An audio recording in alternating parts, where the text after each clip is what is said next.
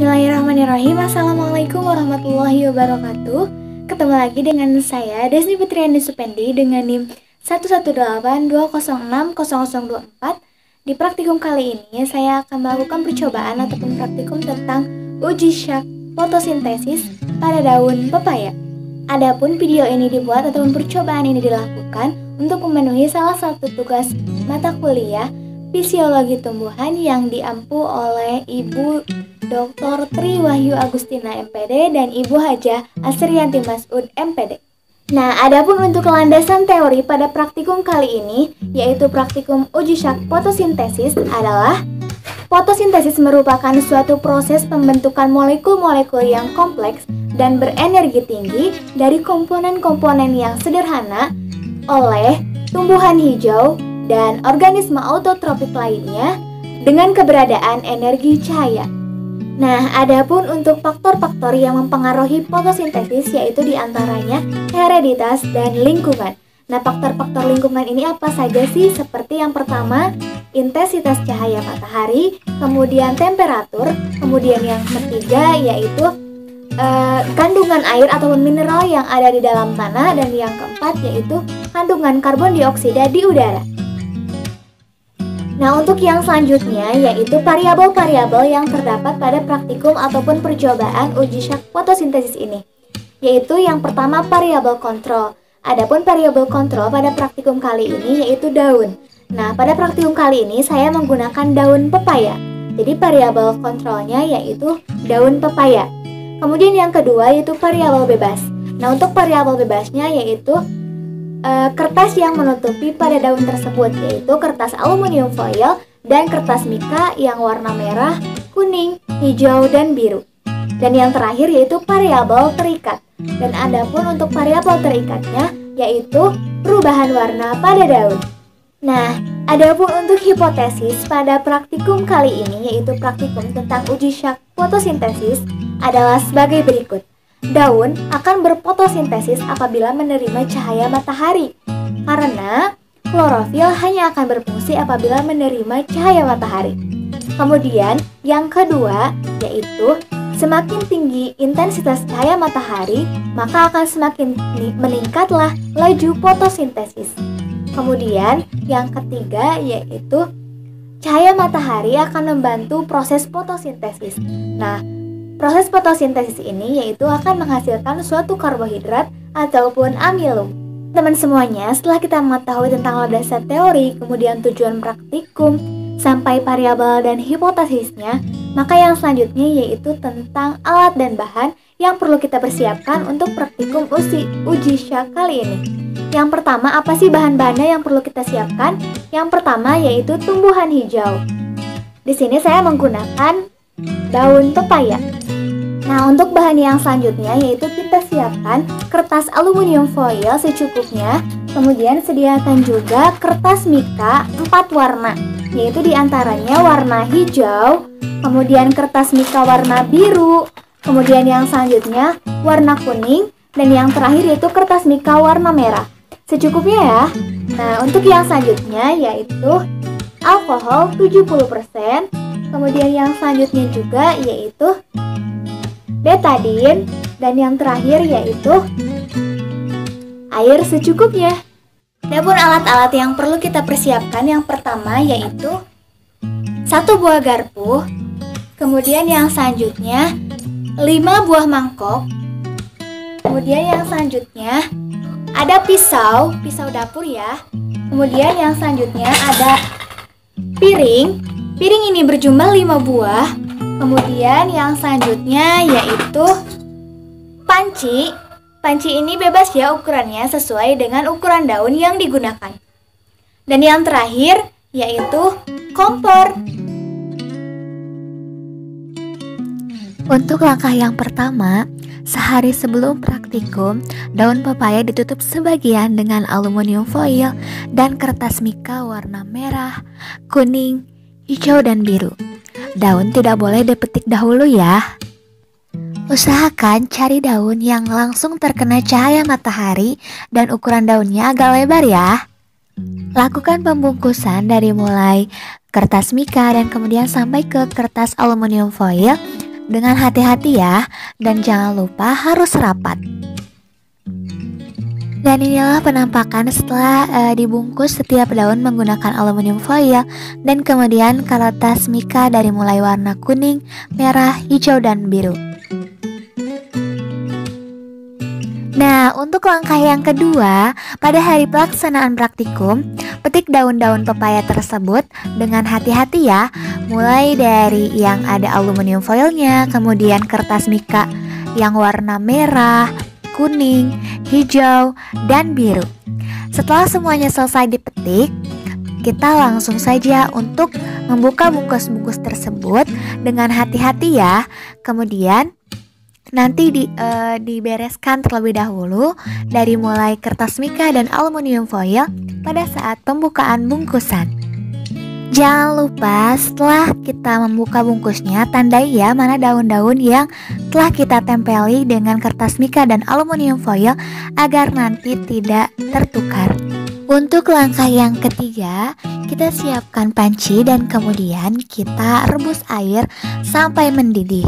Kemudian setelah mendidih, kita masukkan daun pepaya tersebut ke dalam panci dan tunggu sampai daun matang ataupun layu.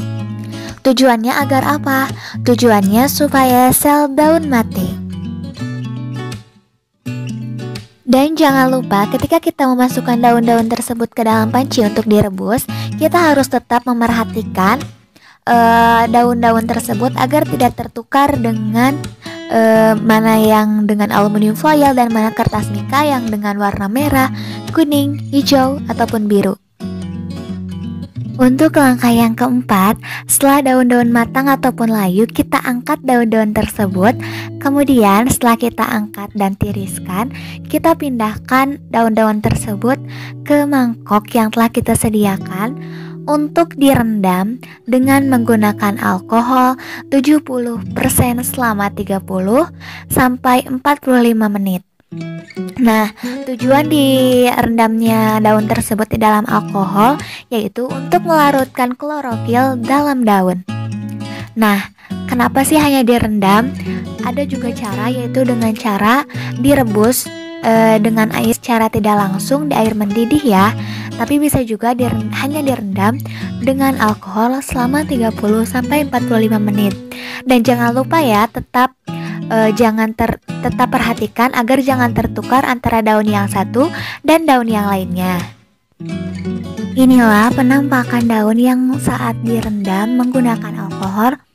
Tetapi tetap ya harus memerhatikan tandanya agar tidak tertukar mana yang menggunakan aluminium foil dan mana yang menggunakan kertas mika baik merah, kuning, hijau, ataupun biru. Tunggu sampai daun tersebut berubah menjadi agak pucat ya sebelum kita masuk ke tahap selanjutnya. Nah, masuk langkah yang kelima, yaitu daun dicuci bersih dengan menggunakan air supaya klorofil dan alkoholnya hilang dari daun. Nah, cuci bersih ya kawan-kawan, sampai bersih pokoknya sama tiap daun. Nah, setelah kita mencuci bersih, kita bentangkan daun-daun tersebut di atas piring yang telah kita sediakan. Masuk ke tahap yang selanjutnya, yaitu langkah yang keenam. Setelah daun ditiriskan di atas piring, kemudian kita tetesi betadine secara merata ke seluruh bagian daun tersebut. Nah, kita harus tetap perhatikan ya, mana yang daun menggunakan aluminium foil, kemudian mana daun yang menggunakan kertas mika warna merah, kuning, hijau, maupun biru. Di sini, Desni selalu menggunakan kertas mika ataupun bagian dari aluminium foilnya di atas piring sebagai tanda ataupun sebagai label agar daun-daun tersebut tidak tertukar saat diamati. Dan jangan lupa ya diolesi ataupun ditetesinya dengan merata.